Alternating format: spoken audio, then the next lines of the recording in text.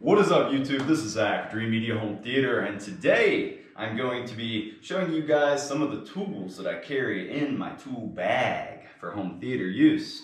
You guys know I'm going to try to promote DIY and help you guys out in completing your projects. I'm going to lay out some of the crucial tools that just make installation a breeze for you guys. If you aren't one of my subscribers already, make sure you smash that subscribe button down below and give me a big thumbs up. All right, let's get into it.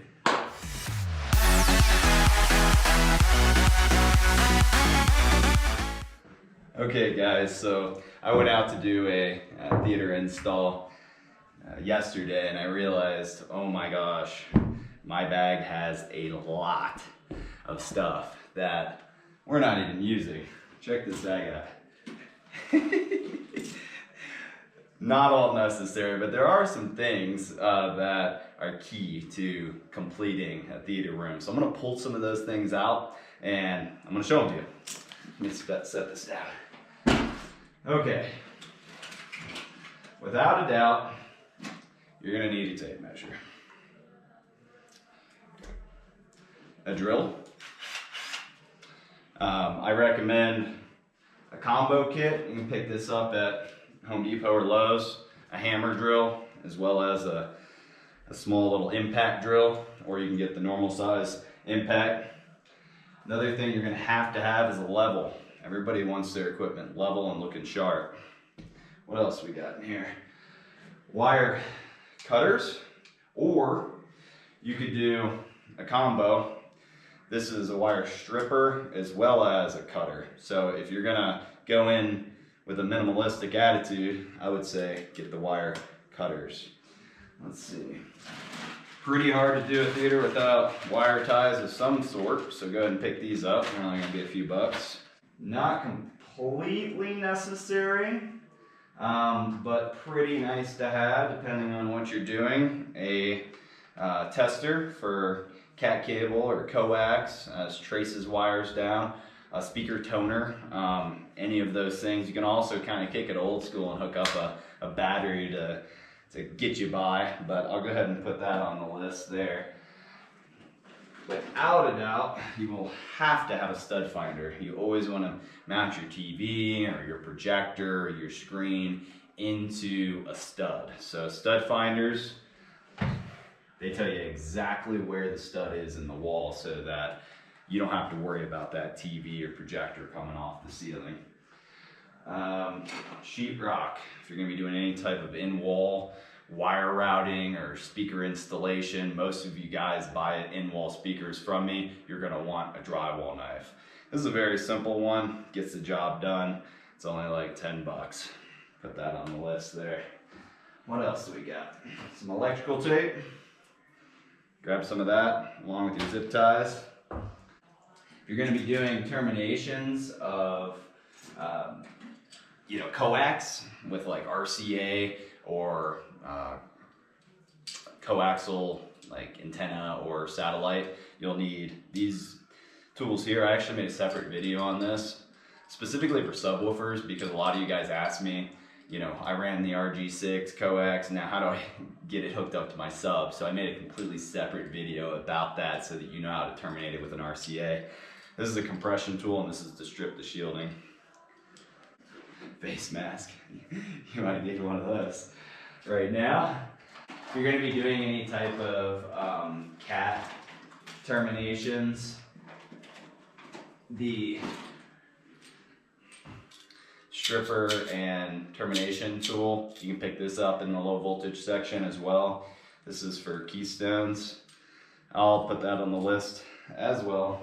Just to help you, with labeling wires, a Sharpie's nice to have, just so that you don't have to guess after you figure out which line goes where. You can just mark it up, or you can use a label maker, which we have on our trucks. A pencil, so you can mark the wall and figure out where your studs are or whatever, and then you can always erase it. You can also just use tape for that, which you see me do in a lot of the videos. Let's see.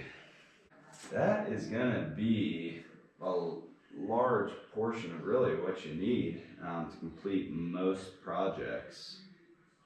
I have high voltage stuff as well. because that comes with the territory. I would really advise to have a licensed electrician help you with anything high voltage, because it can be dangerous. But if you're going to get into it, I'm sure there's a lot of videos online about high voltage work, but this is just a tracer to figure out where your lines are going. And I also have another tool to tell me if lines are hot. So if you're going to be doing it yourself, definitely use a tool like this to kill your breaker first before you touch anything.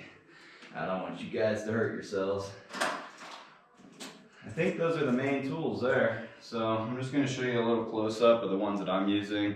I think everything here was purchased at Home Depot or Lowe's. You can also find it online, which would probably be smarter so that you're not out spreading this virus around with the coronavirus going on. That's the primary reason I'm making these videos. So I'm going to show you a close up of the models here, and you should be able to order this online.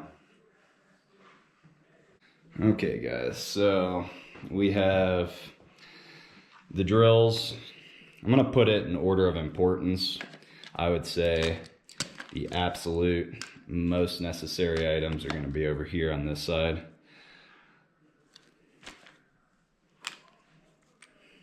And I'll separate out these over here as like a, you may or may not need.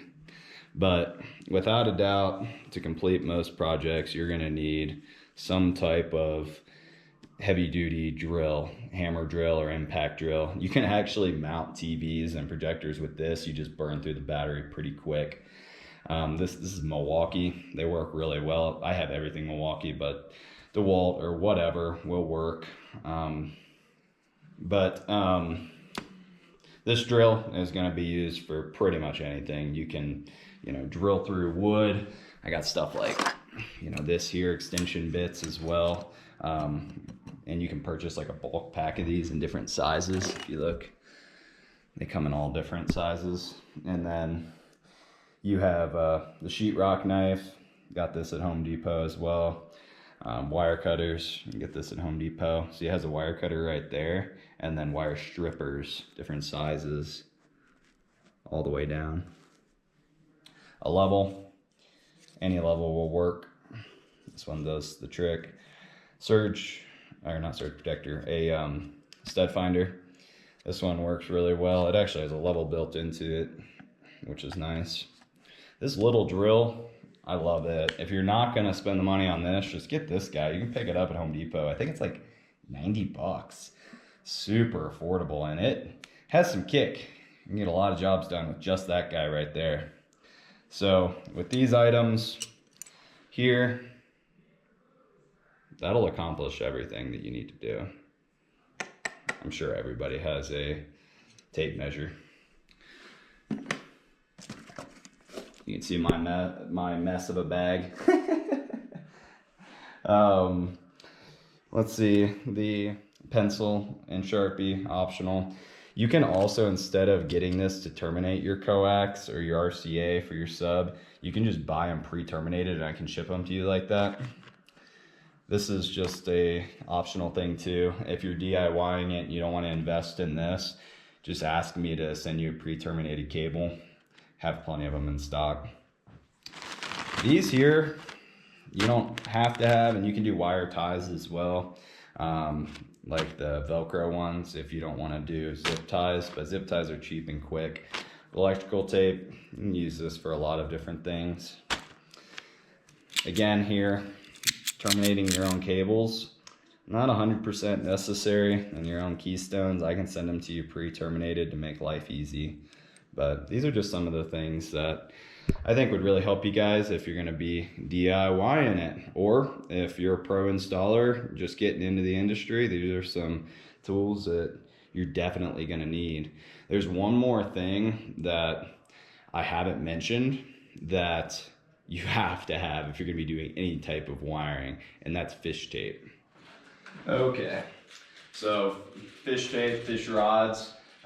These are pretty inexpensive and make running lines through walls very, very easy.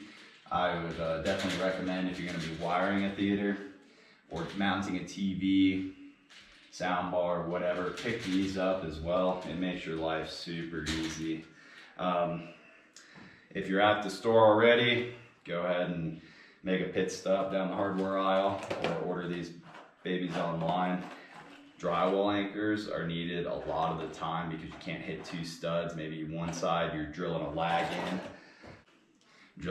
in like this guy with your hammer drill, but then maybe the other side you can't hit it. I really like these drywall anchors here. These ones are rated for 100 pounds. They go up into the sheetrock and they basically drill a hole for you. And then this guy right here spreads open like that. Pretty nice. And then if you don't need quite that much support, these 75-pound anchors work great as well. These little guys are awesome. Just goes into the wall, and whenever you screw your screw into it like that, it just expands out and gives you, you know, good stability. Not as good as you would get from, you know, a solid lag into the wall, but you get the idea. Alrighty guys, well, that concludes my video on some of the top tools, some of my favorite tools that I think are a necessity to complete most home theater projects. Take it or leave it. Some of these things may not be necessary based on your situation, but as I'm shipping you products, feel free to ask me too. What do you think I'll need? And I can help you out. Doing everything that I can to keep the business rolling, as well as make sure that all of my customers have some entertainment. So if you have ideas, just drop some comments down below and I'll be happy to help you out. If you aren't one of my subscribers already, make sure to smash that subscribe button down below and give me a big thumbs up. All right guys, stay safe out there. Till next time.